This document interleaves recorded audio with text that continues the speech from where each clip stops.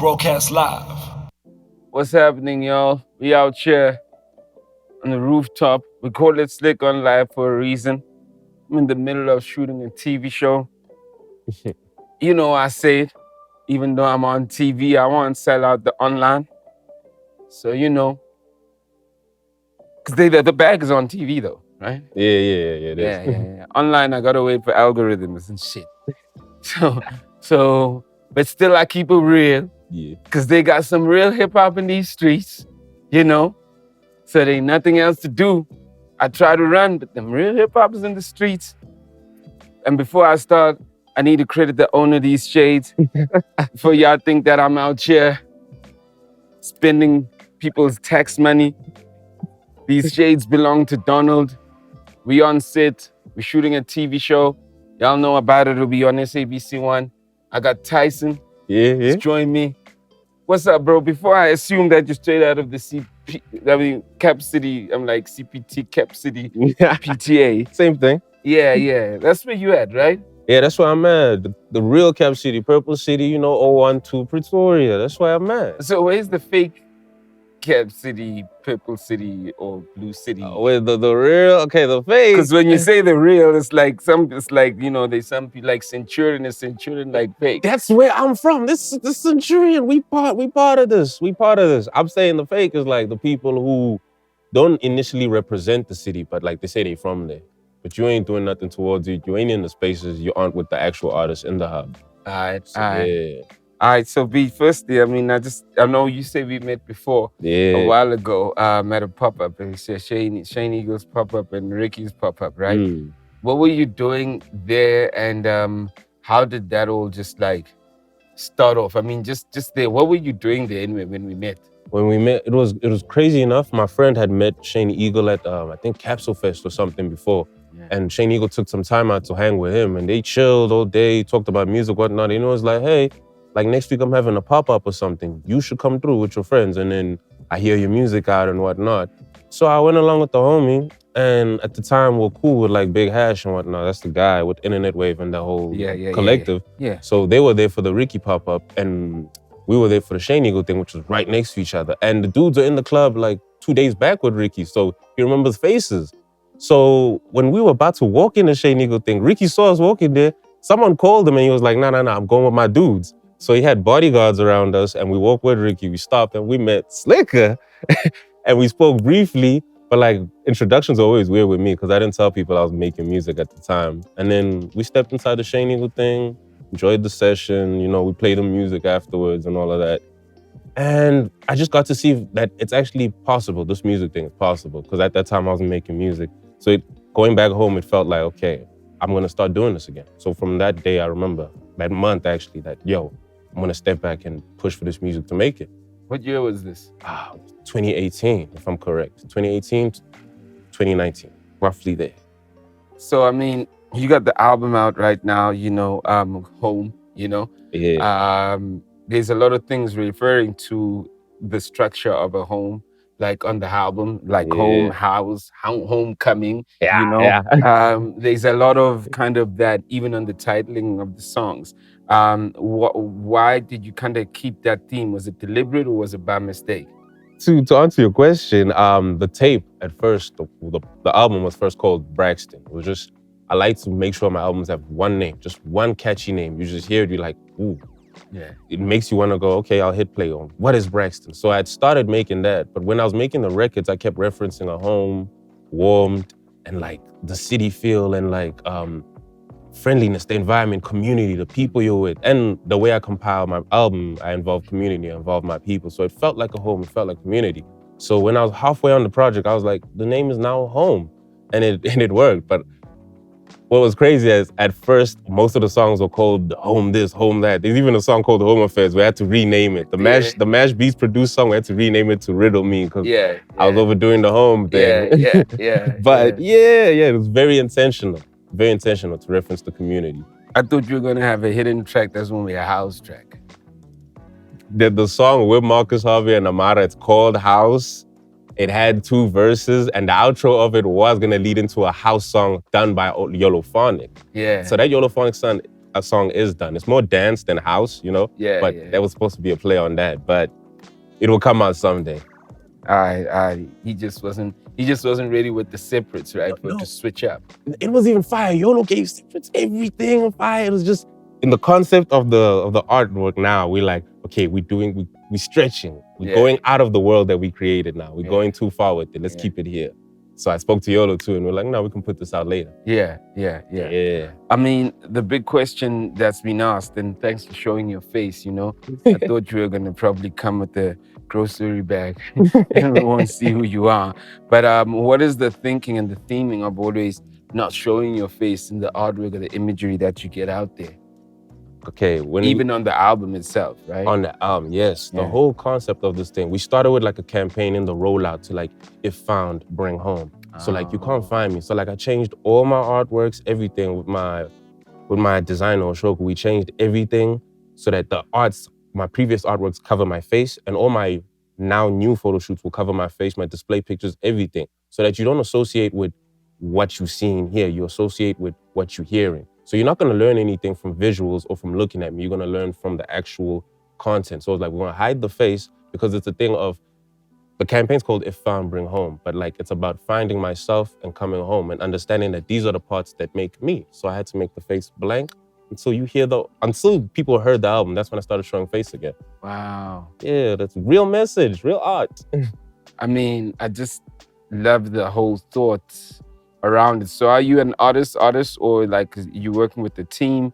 I mean, from a creative direction, who's leading this type of thinking? Yeah, now here's the big question, because everyone has been asking, who's been doing your role? Like, the team behind these things, the this, the thing. It's been me and one guy. Me and one guy and my manager, Eddie, of course. But like, me and one guy have been doing the designs, allocating this, Eddie pitching in ideas, my guy Oshoku pitching in ideas, and myself. Yeah. Like, I did very little of the designs, but like, I picked the direction we're gonna go in.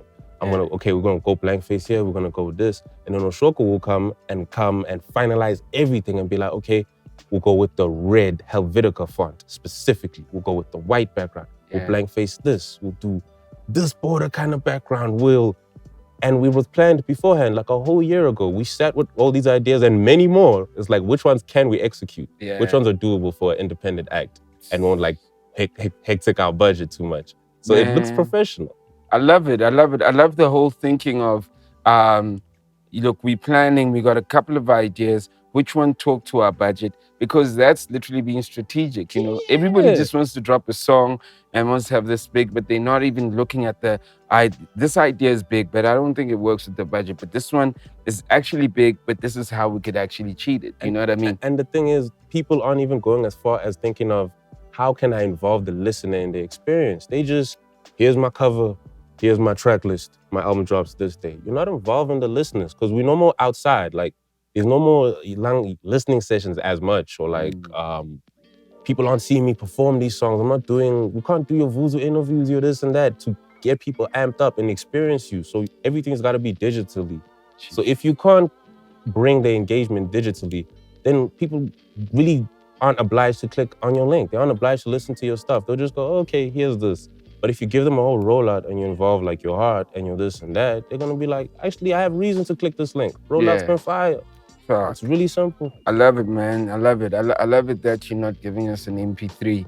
I love it that you're just thinking about it all. You know what I mean? And you know, it's not, yes, you know, all these things lead to clicks, but what a lot of people think about, they think about, how's this shit gonna blow? Right. They don't think about how people are gonna engage with it. Because, you know, when you think about how it's blowing, you think about fame, right? Exactly. When you think about engaging, you think about, this is how people are gonna actually think about it, see it, process it, and this is our story. Some people will miss them, some people will catch them. True. You know what I mean? True. Another question, you know, was like, this is from the streets, obviously, because people have been like, you know, streets have been saying, I gotta speak to you, you know? Yeah, I've been seeing, and you tapped in. Y'all have shown more love than anyone else, actually. Yeah, shout out. Yeah, I mean, it's tough, you know, because I guess everybody feels that they need to be spoken to, but I'm always saying to people, that comes down to the music. You know, you gotta show me that you're building your music career, right? And with that being said, you got a line where you're saying that you're doing this for the streams and not the money, right? So the question was, do you have a side hustle?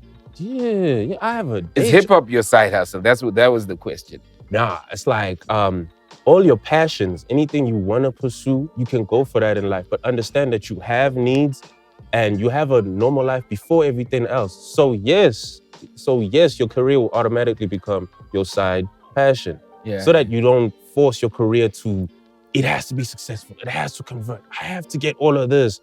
If you like get a job, you get this, you handle your basic needs, you can look at your career as something to do for fun. You can look at your career without all that stress, and it will go far for you. That goes down to, it also brings and I just want to say this just generally, is that Donald talks a lot. Let me just tell him just to. You were saying? Yeah, I mean, that's very important because another thing that really becomes a problem in the game is, so I'm going back to my questions now, so I'm not like on my phone reading messages. Another thing that like a guy that goes in the game, and like it allows people to platforms, whatever the case be, it allows everybody to kind of like see your growth in the way it needs to mature without you forcing people to kind of go, but because I got this that I got to pay off in my life, I need to be doing this interview, I need to be here, but the universe hasn't opened up that door for you. You know what I mean? So you spin, yo. I'm just saying, so it's I'm glad you're saying that. It's like I go back to my career, I had a 9 to 5 too, and only when like my music literally started making a difference where I could jump. I mean, Umoya was out in the streets. I was at a big ass song Umoya, but I was still catching a taxi, going to work every other day.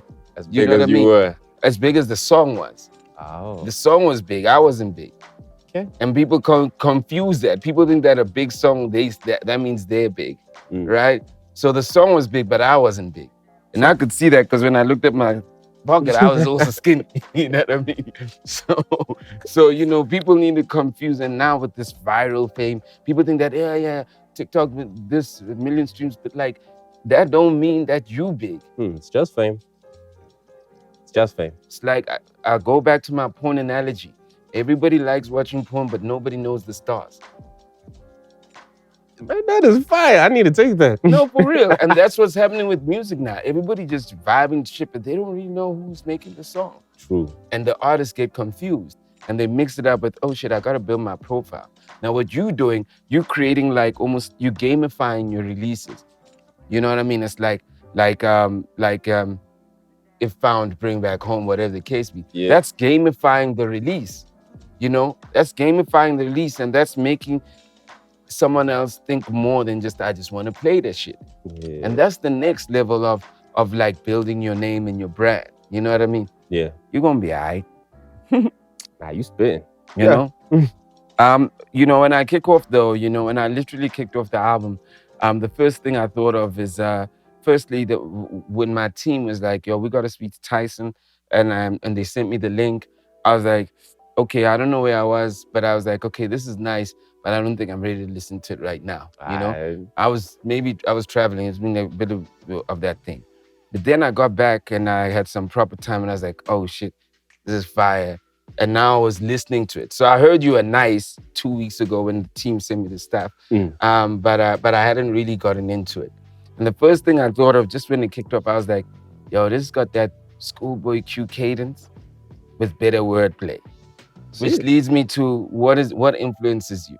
My influences range from a lot of current and old like acts. Like, okay, in terms of delivery, I always looked at like a DMX or Old Dirty Bastard, a Joey Badass even, where he does this inflection too, where it's very raspy. Let's say Mick Jenkins too, a couple of these acts, and J-Rock, he actually, and Schoolboy Q, he does the squeaky with the raspy. So I'm like, you have to be distinct, because everyone can like enunciate, pronounce themselves well, but like, if I come with it as raw, as grain as it is, it tells me apart already. Okay, Yeah. now I need a message. So when I look at my top 5 is pretty simple. It's the people I listen to. It's the people, they're not like the top 5 best ever do it. They're the top 5 to most influence me. It's like it's Kendrick, it's Rock Marcioni, it's Earl Sweatshirt, it's Pusha T, and who's my fifth one?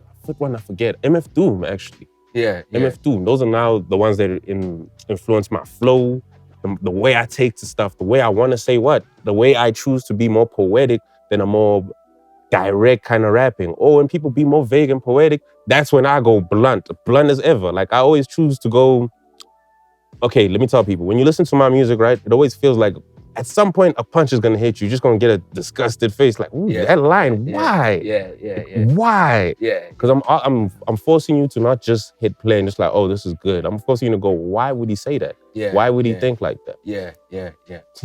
And that's really what I get. That's why I say, and I say this because sometimes maybe I'm not from the West Coast. I'm still a South African. Yeah. I hear what you say, and I'm like, okay, the wordplay here is I could hear it. I really heard a lot of Schoolboy Q with the raspiness, and the articulation. It's just crazy, and I just felt that there's this thing in CapCity right now that's like the mother. It's the mother of hip hop right now. Oh no, we carrying it. Yeah, we are carrying it. No one else is. I was CapCity makes me wanna be like a 20-something and all I need to worry about is rap. Yeah. The energy there is just crazy. It's just electric. It's what I grew up around. Do you know what I mean? I get you. Man, and it was just so great just to hear that, and you say, you must be like the male Beyoncé, and I was like, well, isn't it too soon? Why would you say that? What you benchmarking that on? Prepping them now. Oh, speaking future. So we on Destiny Child's level right now. Like, watch. This is a nice introduction, and with this quality, I can only get better. I cannot drop this. I'm not like anybody else. I can keep this going. This is easy.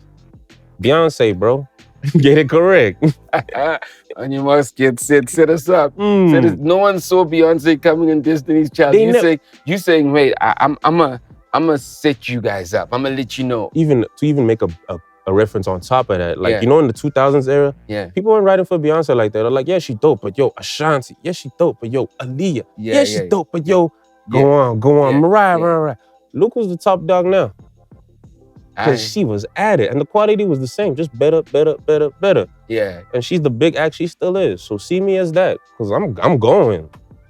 Yo, tell me the story of Khanya and Thulisa.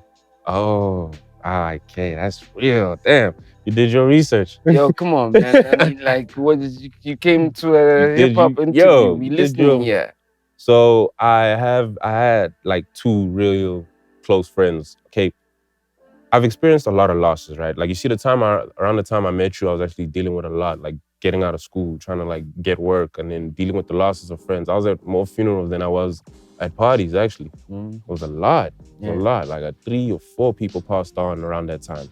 So it played a role on whether I want to continue this and whether I want to make music and whether I want to this. And then the craziest part is when I go to my friends' profile pages, like whether it be Instagram or Twitter, like Khanya and Lisa, you still see a lot of retweets of my old work, a lot of that. Those are their last tweets ever. So I remember I was just scrolling through their pictures and whatnot. I was just like, damn, I can't not do music. Let me keep at it. Wow. So like with the homie Lisa, we lost him, trying to think, 2018 or 2019. Those years I always rubbed them off because it was really bad. But it was around that time, like right after we lost him, and my homie girl Khanya was there for me because like I recently started working at the hospital, long hours. And my fam was gone that whole December. December you go down, you go see other family, whatnot, but I had to work, so I couldn't. So I was alone at home and my friend just passed, so my mood was low. I wasn't in a good space. And my friend Khanya was around. Khanya was around to help me deal with Lisa's passing. She was there even on Christmas. She ditched her family, whatnot. She came with our other homegirl, Violo. She came, everything. She made sure I was never down. I clocked off like graveyard shifts. I worked throughout the night at this hospital. Came back in the morning around 6, right? 7, I'm sleeping. By 8, 9, she's at the crib. She's like, no, let's do this. Let's go there. Let's hang at the park. she likes smoking and stuff. I don't smoke. So like I watch her smoke and we just talk dumb stuff. Yeah. And she resonated energy that I resonate. So she had a huge influence on me. And that's why it was tough for me like last December when she's not around now. So it's like, it's December I'm spending like without the homegirl. So I felt these thoughts and I didn't know why I was down at first. Then I remembered, oh, okay, it's that time again. So I had made music. I had made a tape called Eve. I had made it in like 2 days, shortly before Christmas Eve, because I'm like, I'm gonna drop it on Eve, because she spent Christmas Eve with me. And that was for her. And Lisa, just make sure, someone can pass on, right? But they live forever if you keep bringing them up on your songs. As long as they'll never die if you keep doing that. I'll never forget the homie. I'll always bring it up. Whoever asks, I'll tell you the same things. These are the people that were dear to me. And when they passed on, they're still with me. They're still with us in the music. Yeah. So it's nothing but love. That's incredible, man. There's a lot of emotive thinking even in you. I mean, even like when I listen to songs like Riddle Me and I listen to the layered harmonies, shout out to the vocalist there. Tom Saison. Yeah. With regards to the songs, when you are in that place, is there someone that already, do you have the harmonies in your mind, or is there just an organic thing that the vocalist just gets it to and gets into the vibes of where you at? Riddle Me, which was supposed to be Home Affairs. Yeah. with Riddle Me, it was crazy. I was at a session with Thato Saul and Feziekk, right? I'm sipping tea and they're cycling through some beats like that they've had and whatnot. And Feziekk had like spoken to Mash. And then they're like, yeah, but like there's this beat. I'm like, whoa. That Mash beat over there. Ask everybody who's using it.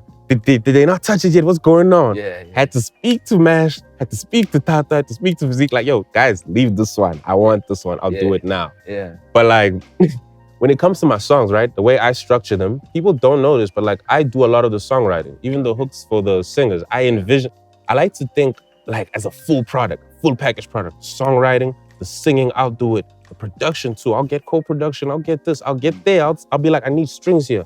I need the drums to be like this. I'm very intentional with my sound. So I write the hook and I want it to be delivered like this. Sometimes I'll write 3 hooks. And when I bring in the singer and my friends that I can hear their voice, I'm like, okay, I need Tom Saison's voice. I need Luna Rams's voice. Right, on this one, I need Roho specifically. I can hear his delivery. So when I ask for them to come in, I play them these hooks, whatnot. They'll either do on top of my ideas, like they'll re-record my references, or they'll write their own stuff. But most of the time they deliver my hooks perfect, so we ride with those ones. We ride with those. So Riddle Me was the case. That's crazy, man. I want to ask this question, like, and I think it's more like maybe answer it with yes, no, because it's literally a pull from your lines, right? Okay. Right, because you're asking the questions, right? You're making us ask the questions.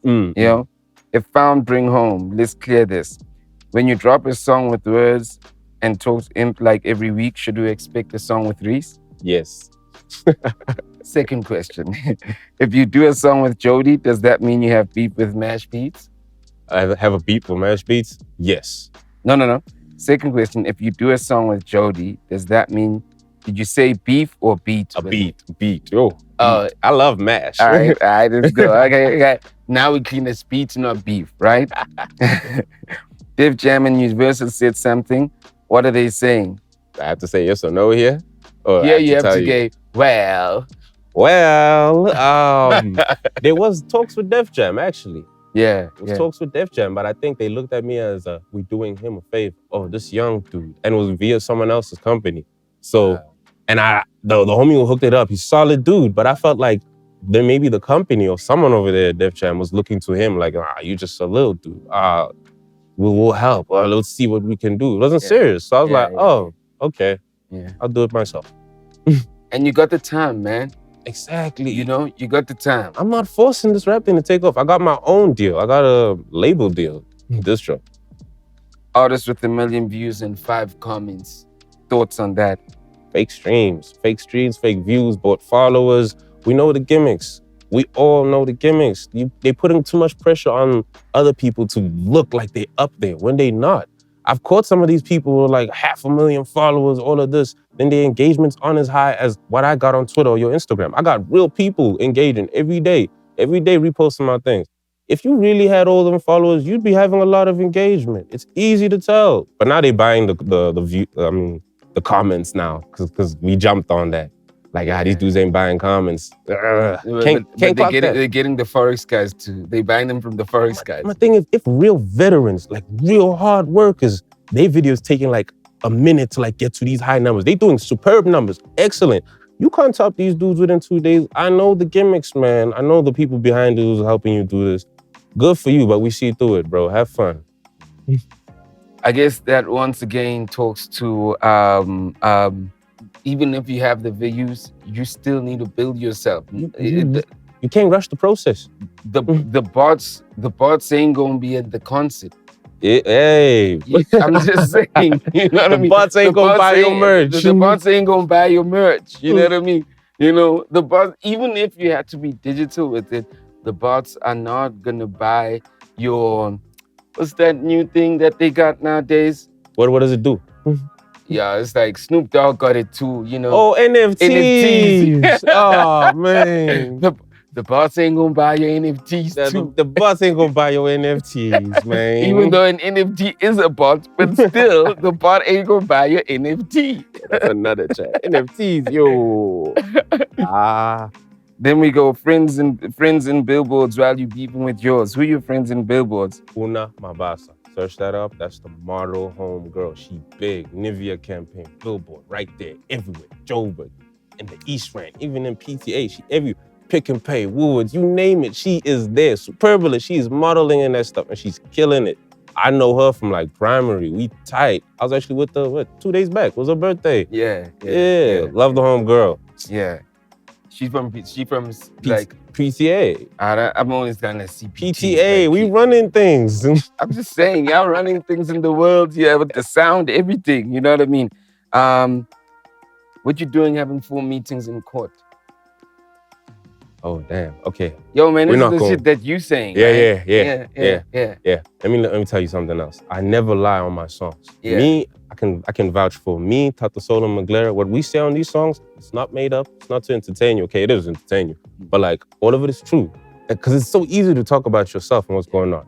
Yeah. So with that, there was a young incident where I used to work at. Some older dude, basically he was disrespecting me and whatnot. And the situation got physical. And like, the workplace was trying to like press it and make it like, yo, lay charges, send it forward, whatnot. So we had a lot of back and forth hearings before it was like dropped, like it's pointless because he was in the wrong too. Yeah. But like I threw hands. He caught them hands that day. Don't play with me. You forgot I'm Zulu, bro. He was playing with me. Because you in fucking Pretoria, everybody gonna forget you in Zulu, bro. He was playing with me. And it was like a rough time in my life, bro. Like I wasn't even on the phone for like 4 months. Like I was just like, no phone, no nothing. Homies passed on. I'm not even doing music. So like, I'd wait for someone to try me. I was active. Wish you would. I was active. But yeah, that was a bad time. I'm good now. Sending thick bitches, but they backs all flat. Tell me about that. I knew that was gonna come up. Yo, man. Rhymes, bro. It's rhymes. It's them times. Oh my gosh. They know themselves. When they hear them lines every time, they're just like, basically this homeboy was talking smack. Like he was disrespecting me, talking like I'm some young dude. Instead of like going back at him or like telling him, I heard what you said and what you keep telling people, I'm some little dude, whatnot. He's some whack drug dealer, by the way. So he had a whack hand also, who was also talking all this smack. You're getting not even retweets, no follows. You guys don't even have like 100 followers on your things, but you're talking all this smack. You're telling people that we share mutuals, right? Yeah. Talking all this smack. So I eventually knew that now, when I find some time on this song, I'm gonna diss you and I'm gonna have fun. I'm not gonna even drop your name. You just gonna know. Yeah. So I diss your shawty. Yeah. Well, I love that. It's funny an individual could take it that way because, you know, we had a even when I was with the group Squatter, you know, we had a song called Fake Ass Pimp, which was, we were inspired by things like people are like, oh, that guy, we ain't even gonna mention him, but we got a song for that too. Yeah. Oh, we got a song for that. Yeah, too. we're not gonna give you the clout. Yeah, we're gonna got talk a song about for that. We're gonna use that. Yeah. It's gonna benefit me, not you. Exact. Let's go. Exact. And that's it, you know.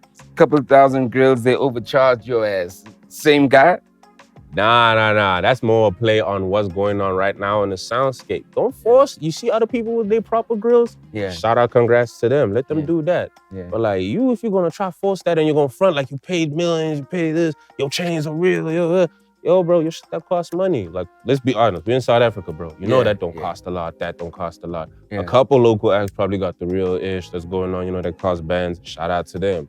But the majority of these other dudes, these young dudes, they're getting influenced by that and they're running to go grab some fake stuff. Now you got plastic in your teeth. You're ruining your teeth. Now you got fake ass chains. Your neck is green. Bro, don't do that. Don't force image. Be yourself.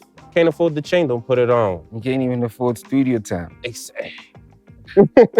Just say, we never seen a Peli nigga go mogul.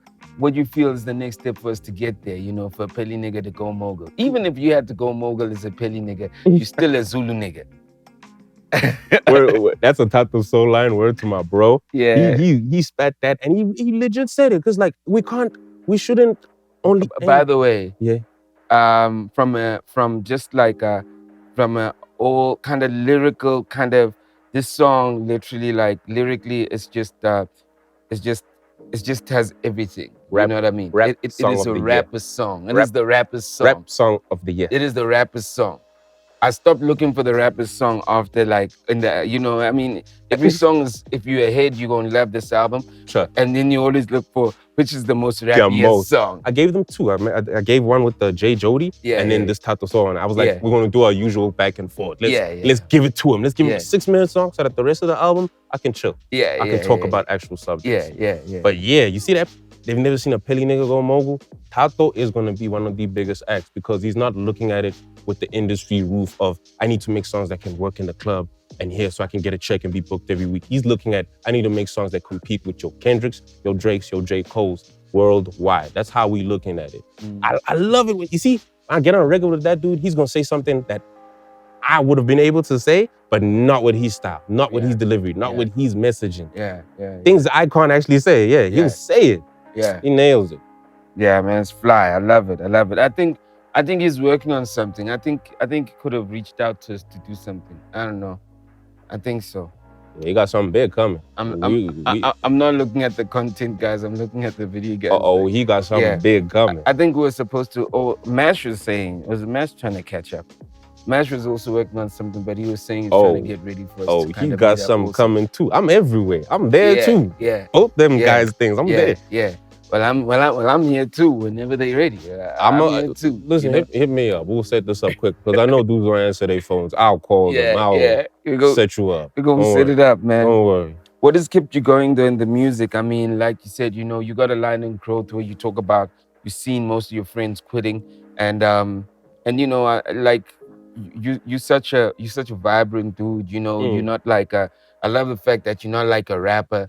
I'm a human. Yeah, I love the fact that you just exactly that. You're not a rapper. You're a human being who raps, and that always literally makes is the boundary of success beyond rap. You can be more than rap. In fact, that's why you probably have a day job also. Because I am a chill dude. Like fans even come through to my day job. They're like, "Are you?" And I drop the mask a little. I'm like, yeah. Like, oh, bro, can I?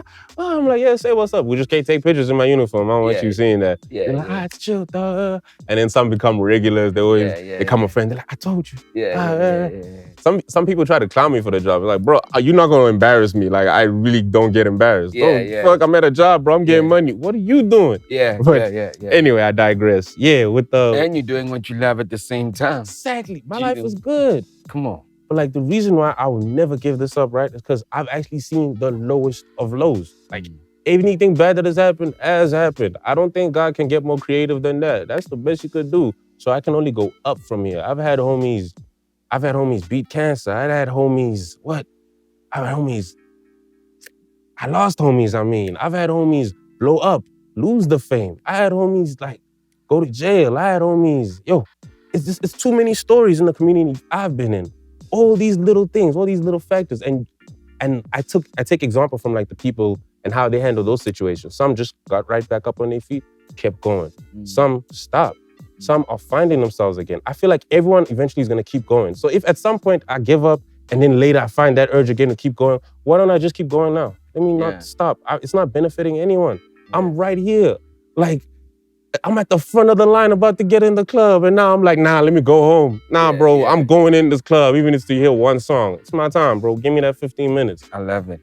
I love it, man. I love it. Yo, bro, I'm happy to have met you. You know, shout out to the team that literally like got me on game with Tyson. You know, and shout out to Tyson's fans that have been pestering us to speak to him. Yo. You know, we're gonna listen to y'all. We're gonna listen to y'all, everyone that's on the Slikour Live page. We're gonna listen to y'all. And Tyson got some real fans because like you say, you know, y'all be out here. I ain't got the fight, but my people are operating. And look at this, and this is the operation. Yeah, you know what I mean? My fans are real people, you know, little snake, you know, the young snakes we out there, the savers. Shout out to them. But they been making a lot of noise, bro. A lot of them are fairly new too. Yeah. And what I like from all of them, they're like, where have you been this whole time? Yeah. And I'm like, nah, in the spaces, waiting for my time. Yeah. Casual. and like I said, the only reason I said that I used to have a day job is because it's because there's nothing wrong with it. Nothing. You know? It allows you to make the right decision for music when it's that time. It affords me to take time with my art and make the best stuff. Yeah. Really. But yeah, I got the best album this year. You know that, right? I mean, still the middle of the year, There's still more. Trust me. But you just told me now that like we gotta wait for Mash, we gotta wait for Thato Saul. Yeah, but I heard their albums. I heard their albums. Yeah, they dope. They dope. I love my dudes. They swing it high. Yeah. But you're not touching me. It's like I met Reece when me and Jody were shooting the thing, right? He came out and he was like, yo, bro, love, whatnot. I'm like, love you, nigga. I'm telling him all of this. I'm telling Reece, he means a lot. He's crazy. I'm like, I love your verse here, this. What you got this? He's like, I got something coming. I'm just trying to pick a month. I got this. Might have an EP later. And he dropped that, the Burning Tree, whatnot. And then I was like, all right, casually, everyone's good? Y'all ain't topping my album. I told him nicely. I was like, all right, just let that be known. We shot the vid, we finished. I'm like, all right, we can chill now. But like, yeah, you know you're not topping my album, right? Yeah. It's not happening. But it's a joke though, you know? Yeah. And it's a good joke. Yeah. Because it means that we all fighting for the best craft. Exactly. That means that the listeners, we all the winners. Right? So y'all gotta keep on joking like that. Oh, they gotta top me, bro. I'm untouchable right now. I'm untouchable. I'm sorry. Quality, they on here. Replay value, I'm the best right now. When them numbers keep climbing, they're gonna realize, in fact, this guy's one was the best. When December hits, they're gonna go, yeah, but this changed how I view stuff. It made me feel human, made me feel warm. And that's why I got them. I got the listeners. Yo, all I'm gonna say to everybody else, you know, if you haven't heard it, go listen to Tyson. How you pronounce it? Sybateli. Thank you. That was time. All right. Sybateli. People say Cyber. I'm like, I'll let you rock. So say the whole name. Tyson Sybateli. Tyson Sybateli. Tyson Sybateli. What the hell does that mean anyway? Oh yeah. Except Tyson, which we know that's like maybe like Mike Tyson. My mom called me Tyson when I was a kid. It was supposed to be my middle name, right? So then the Saber part came from Sabertooth. I wanted to be the coldest cat.